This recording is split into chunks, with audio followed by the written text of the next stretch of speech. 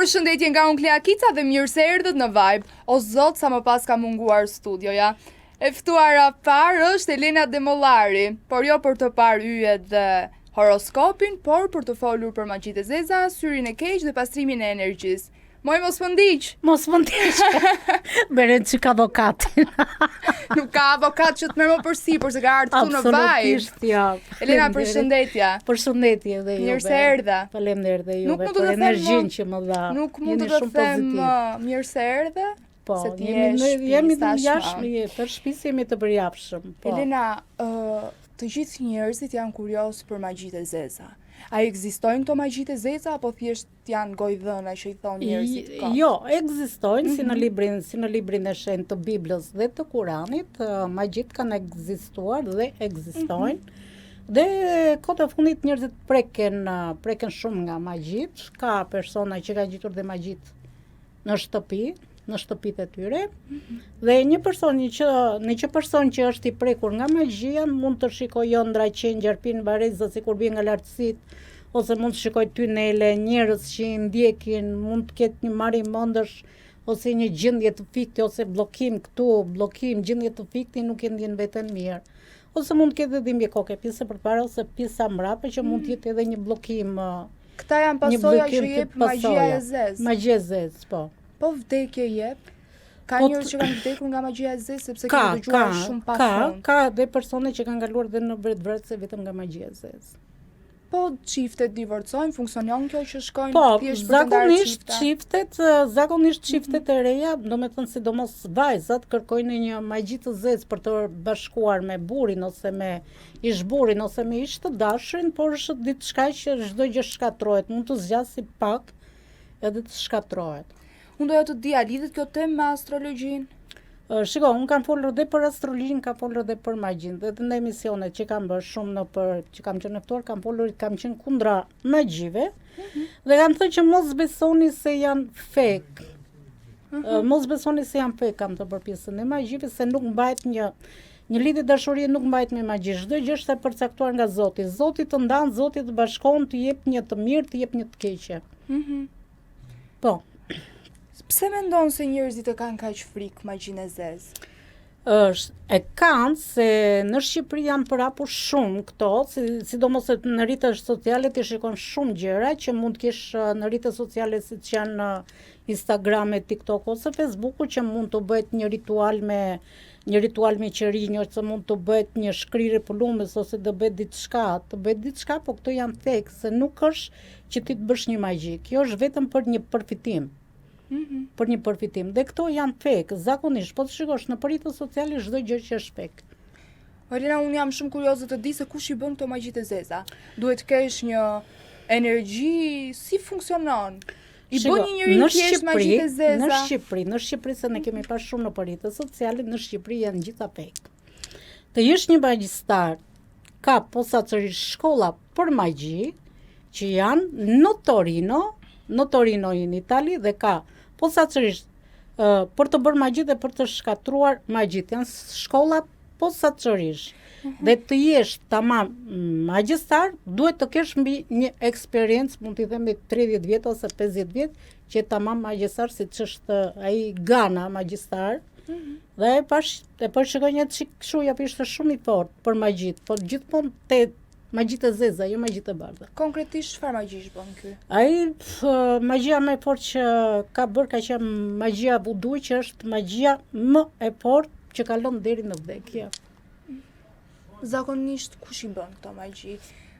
Personi, familjes, shoqëria, njerëzit që të kanë tani çdo njeri ka kundërshtar, e thajt hajde se unë kam inat këto, ka të bëj dhe syri të keqa, se kam inat se do shkoj diku, mund të bëj një pagesë, mund të bëj pagesë për t'i bërë keq. Por është puna se në momenti që ti shkon për t'i bërë dikujt keq, ty të kthehet mbrapsht, dhe pastaj në momentin në familjen tënde ndodh diçka, mund të smuret fëmia ose burri, mund të kalohet një smundje ose një vdekje ose një operacion.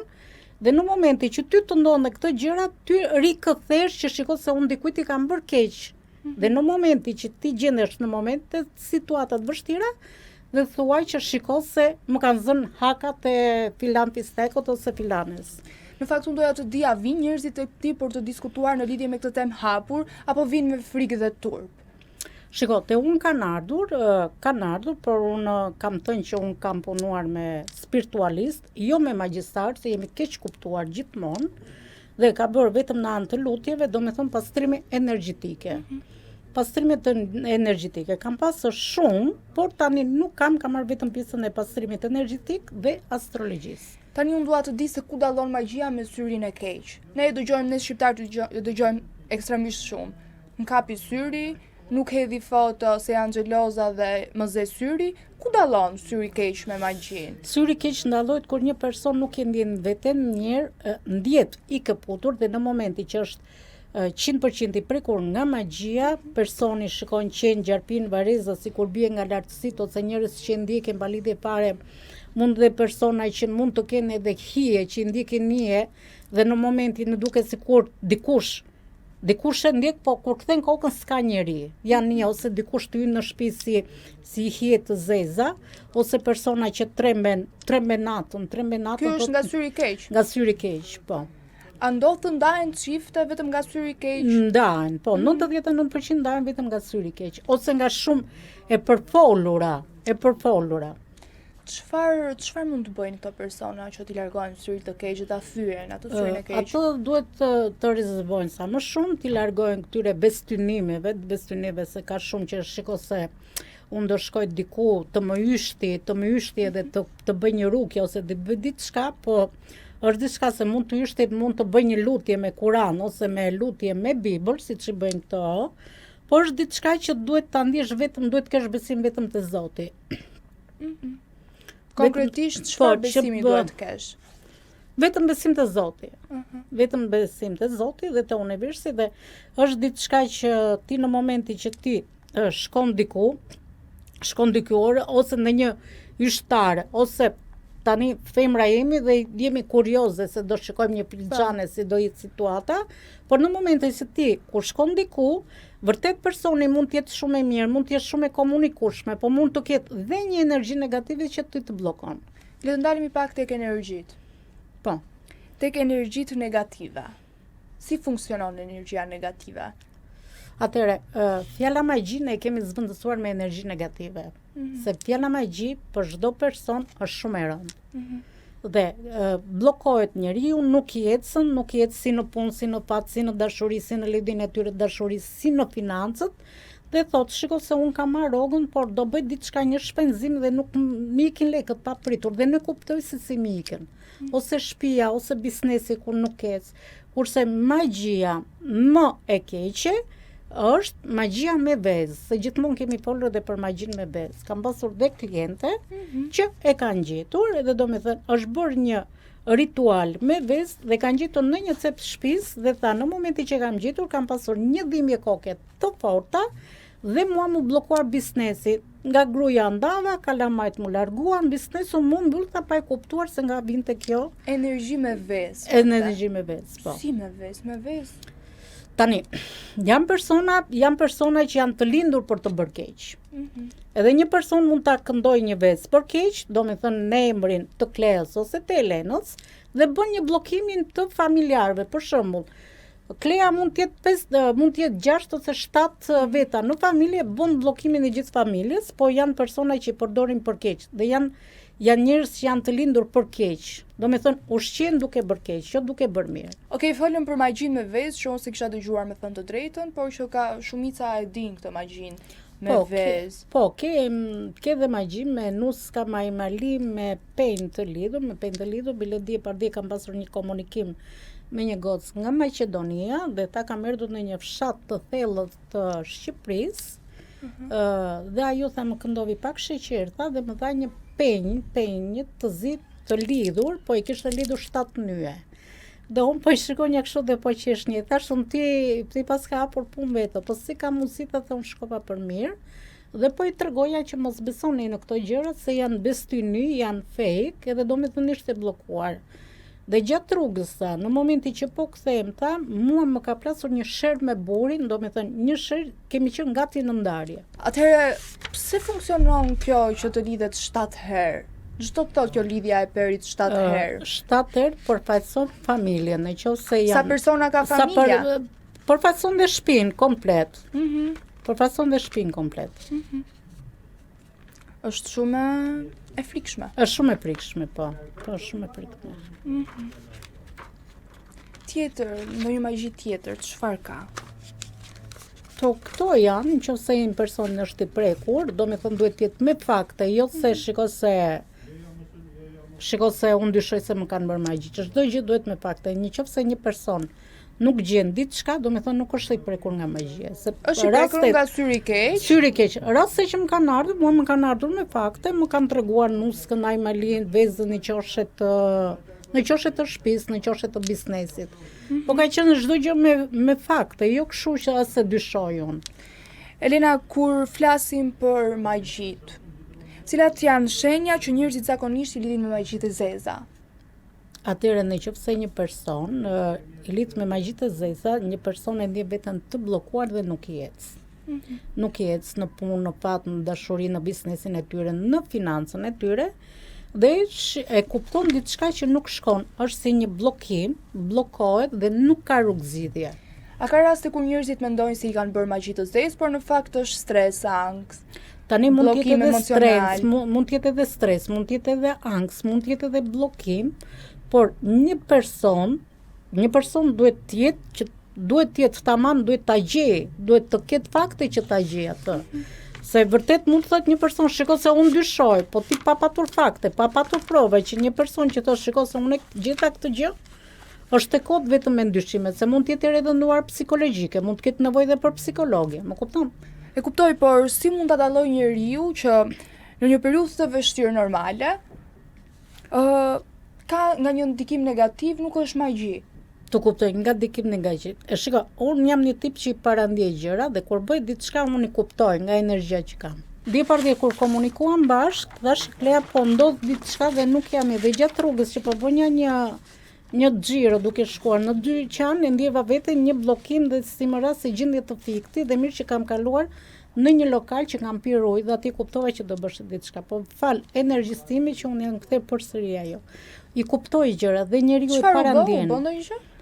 Pata si gjendje të fikti, do me thënë se kam qenë mirë, tensionin e kisha mirë, si gjendje të fikti të këputesh mes të rrugës është diçka. Është parandjen. Po, magji e zezë. Është parandjen. Është parandjen. Ose është diçka, një person që bën magji, personi e kupton, ose është edhe kjo magjia me kukulla vudu. Elena, ne folëm për magjinë e zezë, kush i bën, rastet për magjinë e zezë, por unë dua të di se kush i shuan magjitë e zeza. Atëherë, magjitë e zeza shohen vetëm nga persona që janë posaçërisht, janë profesionist në shkatrimin e magjive të zeza dhe bëhet me lutje të shenjta, lutje të forta që mund të përdorin dhe lutjet në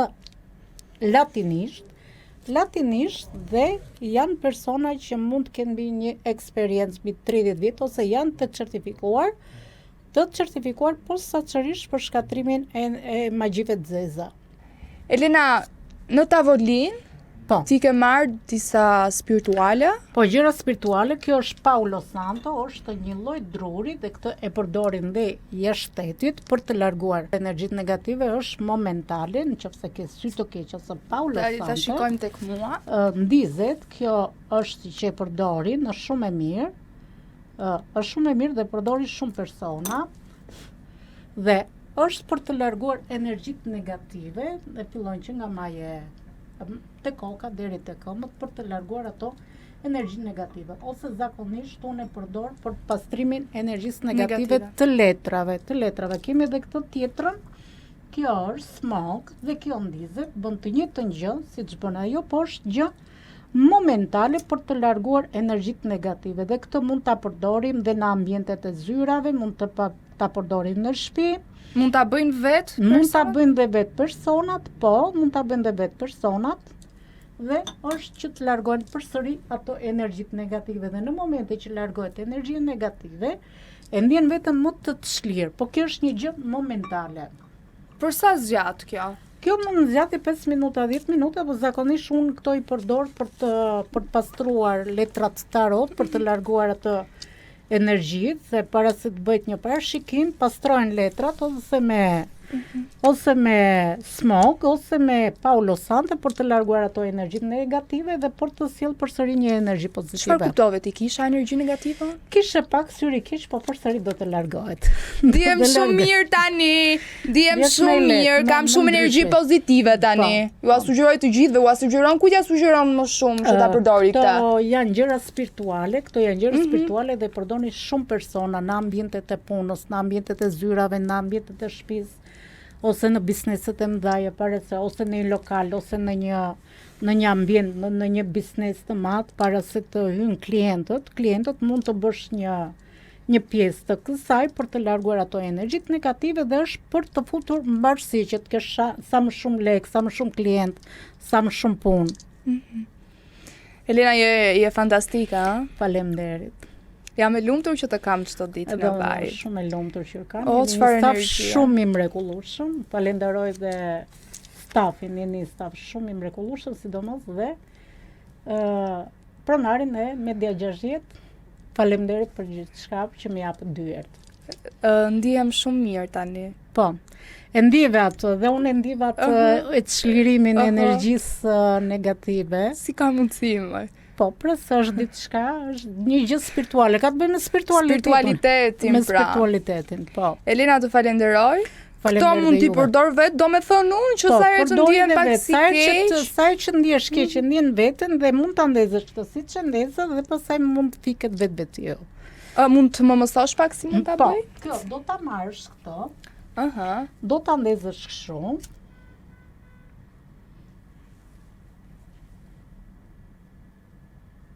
Do ta ndezësh dhe do ta bësh vetë. Bravo.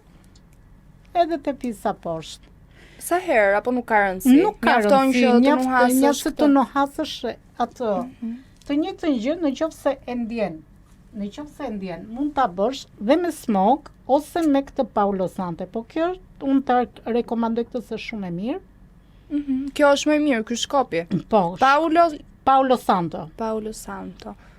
Është që kjo përdoret gjëra spirituale shumë e mirë, përdoret në gjithë botën, edhe këtë mund ta përdorësh sa herë që ta ndjesh veten keq, ke atë çlirimin energjisë negative. Super çlirim. Po. Elena, të falenderoj. Bash do të shihemi sërish për leximin e letrave tarot, për shenjën më me fat. Dhe shumë surpriza të tjera për publikun.